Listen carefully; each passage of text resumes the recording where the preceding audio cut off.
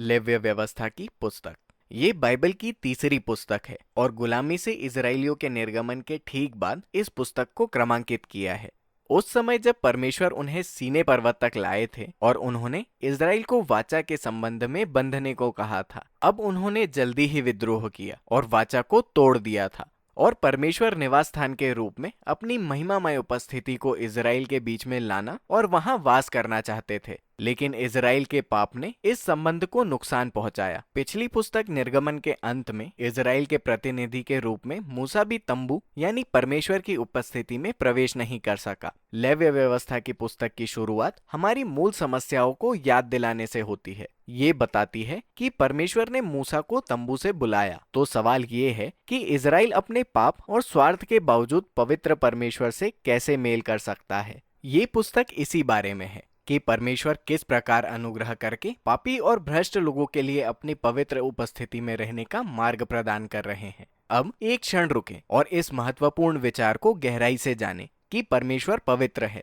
ये इस पुस्तक को समझने के लिए जरूरी है। पवित्र शब्द का अर्थ है अलग किया गया या अद्वितीय, और बाइबल में परमेश्वर जीवन के निर्माता और रचयिता के रूप में अपनी अद्वितीय भूमिका के कारण सब अन्य चीजों से अलग हैं। यदि इसलिए परमेश्वर पवित्र है तो उनके आसपास का स्थान भी पवित्र है। वो उनकी भलाई, उनके जीवन, उनकी शुद्धता और न्याय से परिपूर्ण है। इसलिए यदि अन्यायपूर्ण और पापी इजराइल परमेश्वर की पवित्र उपस्थिति में रहना चाहता है तो उन्हें भी पवित्र होने की आवश्यकता है। उनके पाप को संबोधित करना होगा। अतः ये है लेव्य व्यवस्था की पुस्तक। इस पुस्तक की रचना बड़े सुव्यवस्थित रूप से की गई है। ये ऐसे 3 मुख्य तरीके बताती है जिनसे परमेश्वर इजराइल की अपनी उपस्थिति में रहने में सहायता करते हैं। बाहरी भागों में उन विधियों के विवरण हैं जिनका पालन इजराइल को परमेश्वर की पवित्र उपस्थिति में करना था। इसके बाद भीतरी भागों में इजराइल के याजकों की भूमिका पर ध्यान केंद्रित करता है,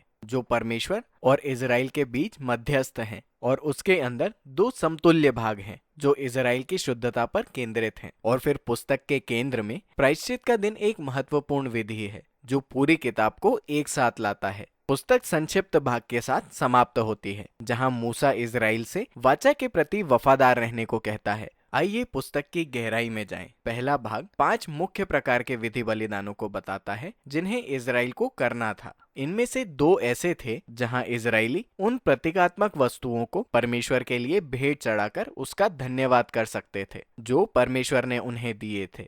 3 अन्य बलिदान परमेश्वर से माफी मांगने के अलग अलग तरीके थे। यहाँ कोई भी इजरायली ये स्वीकार करते हुए किसी पशु का लहू चढ़ाता था कि उसके पाप से परमेश्वर के भले संसार में और बुराई और मृत्यु फैली है। लेकिन परमेश्वर उस व्यक्ति को नाश करने की बजाय निश्चय ही उसे माफ करना चाहते हैं, और इसलिए ये पशु प्रतीकात्मक रूप से उनके बदले मर जाता है और प्रायश्चित होता है, अर्थात वो उनके पापों को ढांप लेता है। और इसलिए इन विधियों के द्वारा इजरायलियों को लगातार परमेश्वर का अनुग्रह और उनका न्याय याद दिलाया जाता है, तथा साथ ही इजरायलियों और उनकी बुराई और उसके परिणामों को गंभीरता भी स्मरण कराई जाती है। विधियों के दूसरे समूह में इजराइल के 7 वार्षिक उत्सव शामिल हैं, और इनमें से हर एक कहानी के एक अलग हिस्से को नई तरह से बताता है कि कैसे परमेश्वर ने उन्हें मिस्र की गुलामी से छुड़ाया और कैसे जंगल से होते हुए वादा किए हुए देश में लाए। और नियमित रूप से इन उत्सवों को मनाकर इजराइल को याद रहेगा कि वो कौन थे और परमेश्वर उनके लिए क्या थे। अब ये भाग इजराइल के याजकों के बारे में है। यहाँ हारून और उसके पुत्र हैं जो इजराइल की ओर से परमेश्वर की उपस्थिति में प्रवेश करने के लिए सबसे पहले नियुक्त हुए थे। और फिर इस समतुल्य भाग में हमें याजक की योग्यता के बारे में बताया गया है। याजकों को नैतिक मूल्यों और विविध पवित्रता के उच्चतम स्तर के लिए बुलाया गया है क्योंकि वो परमेश्वर के सामने लोगों का प्रतिनिधित्व करते हैं और साथ ही लोगों के समक्ष परमेश्वर का भी प्रतिनिधित्व करते हैं। पहले भाग में हम देखते हैं कि याजकों की पवित्रता इतनी अधिक मायने क्यों रखती है। हारून के परिवार की नियुक्ति के तुरंत बाद उसके 2 पुत्र सीधे परमेश्वर की उपस्थिति में जाते हैं और खुल्लम खुल्ला नियमों का उल्लंघन करते हैं, और इसलिए वो परमेश्वर की पवित्रता से उसी समय भस्म हो जाते हैं। ये परमेश्वर की पवित्र उपस्थिति में रहने के विरोधाभास का स्मारक है। क्योंकि ये पूरी तरह से भली है, पर ये उन लोगों के लिए खतरनाक हो जाती है जो विद्रोह करते हैं और परमेश्वर की पवित्रता का अपमान करते हैं। और इसलिए ये महत्वपूर्ण है कि इजराइल के याजक पवित्र हों और साथ ही इजराइल के सभी लोग पवित्र हो जाएं। और यही अगले भीतरी भाग का विषय है। अध्याय 11 से 15 विविध शुद्धता के बारे में है, जिसकी अपेक्षा इजरायली लोगों से थी, और अध्याय 18 से 20 लोगों की नैतिक शुद्धता के बारे में है। इन सब शुद्धताओं और अशुद्धताओं की बातों के पीछे मूल उद्देश्य ये है कि परमेश्वर पवित्र है और अलग है, इसलिए इजरायली भी जब उनकी उपस्थिति में प्रवेश करें तो उन्हें भी पवित्रता की दशा में होना चाहिए। इसे शुद्ध कहा जाता था। परमेश्वर की उपस्थिति किसी भी व्यक्ति के लिए जो पवित्र अवस्था में नहीं है उपलब्ध नहीं थी, और इसी को अशुद्ध दशा कहा जाता था। एक इजरायली कई प्रकार से अशुद्ध हो सकता है, जैसे प्रजनन पदार्थ के संपर्क से, त्वचा रोग से, फफूंद छूने से या मृत शरीर को छूने से। अब इजरायली लोगों के लिए ये सब मृत्यु यानी जीवन की हानि से जुड़े थे, जो हमें इन सभी विचारों के मूल चिन्ह की ओर ले जाता है। कहें तो जब तुम किसी मृत को छूते हो तो अशुद्ध हो जाते हो, और मृत्यु परमेश्वर की पवित्रता के विपरीत है, क्योंकि परमेश्वर का सार जीवन है। अब ये वास्तव में महत्वपूर्ण है।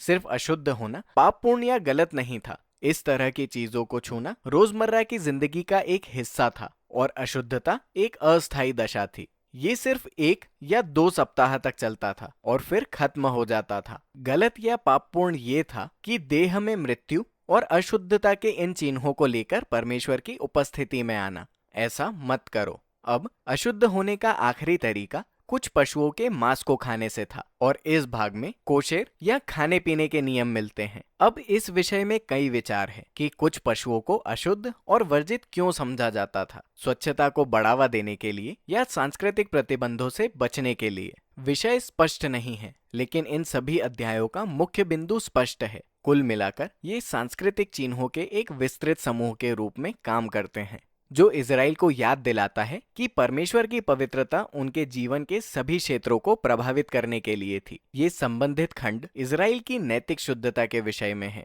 इजरायली कनानियों से भिन्न रहने के लिए बुलाए गए थे। उन्हें गरीबों को अनदेखा करने की बजाय उनकी देखभाल करनी थी। उन्हें उच्च स्तर की यौन शुद्धता रखनी थी, और उन्हें पूरे राष्ट्र में न्याय को बढ़ावा देना था। अब पुस्तक के बीच में हमें इजराइल के वार्षिक उत्सव प्रायश्चित के दिन का विस्तृत विवरण मिलता है। विषय ये है कि सभी इजरायलियों के पाप और विद्रोह व्यक्तिगत बलिदानों से ढांपे नहीं जाएंगे, और इसलिए साल में एक बार महायाजक 2 बकरों को लेगा। इनमें से एक शुद्धिकरण भेंट बनकर लोगों के पापों के लिए प्रायश्चित होगा, और दूसरे को बलि का बकरा कहा जाता था। याजक इजराइल के पापों को कबूल करके उन्हें प्रतीकात्मक रूप से इस बकरे पर रखेगा, और फिर उसे जंगल भेज दिया जाएगा। फिर से ये परमेश्वर का अपने लोगों पर से पाप और उसके परिणामों को हटाने का सशक्त चित्रण प्रदान करते हैं, ताकि परमेश्वर अपने लोगों के साथ मेल से रह सके। ये पुस्तक मूसा द्वारा इजराइल को वाचा की सभी शर्तों के प्रति वफादार रहने के आह्वान के साथ समाप्त हो जाती है।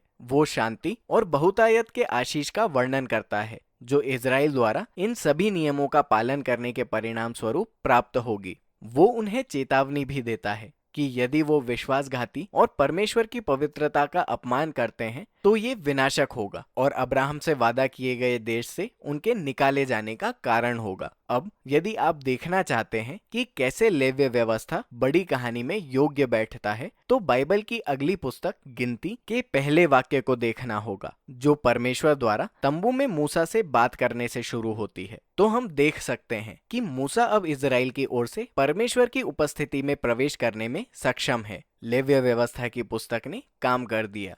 इसलिए इजराइल की विफलता के बावजूद परमेश्वर ने लोगों के पाप को ढकने का तरीका प्रदान किया है, ताकि परमेश्वर लोगों के साथ मेल से रह सकें। और लेव्य व्यवस्था की पुस्तक में बस इतना ही।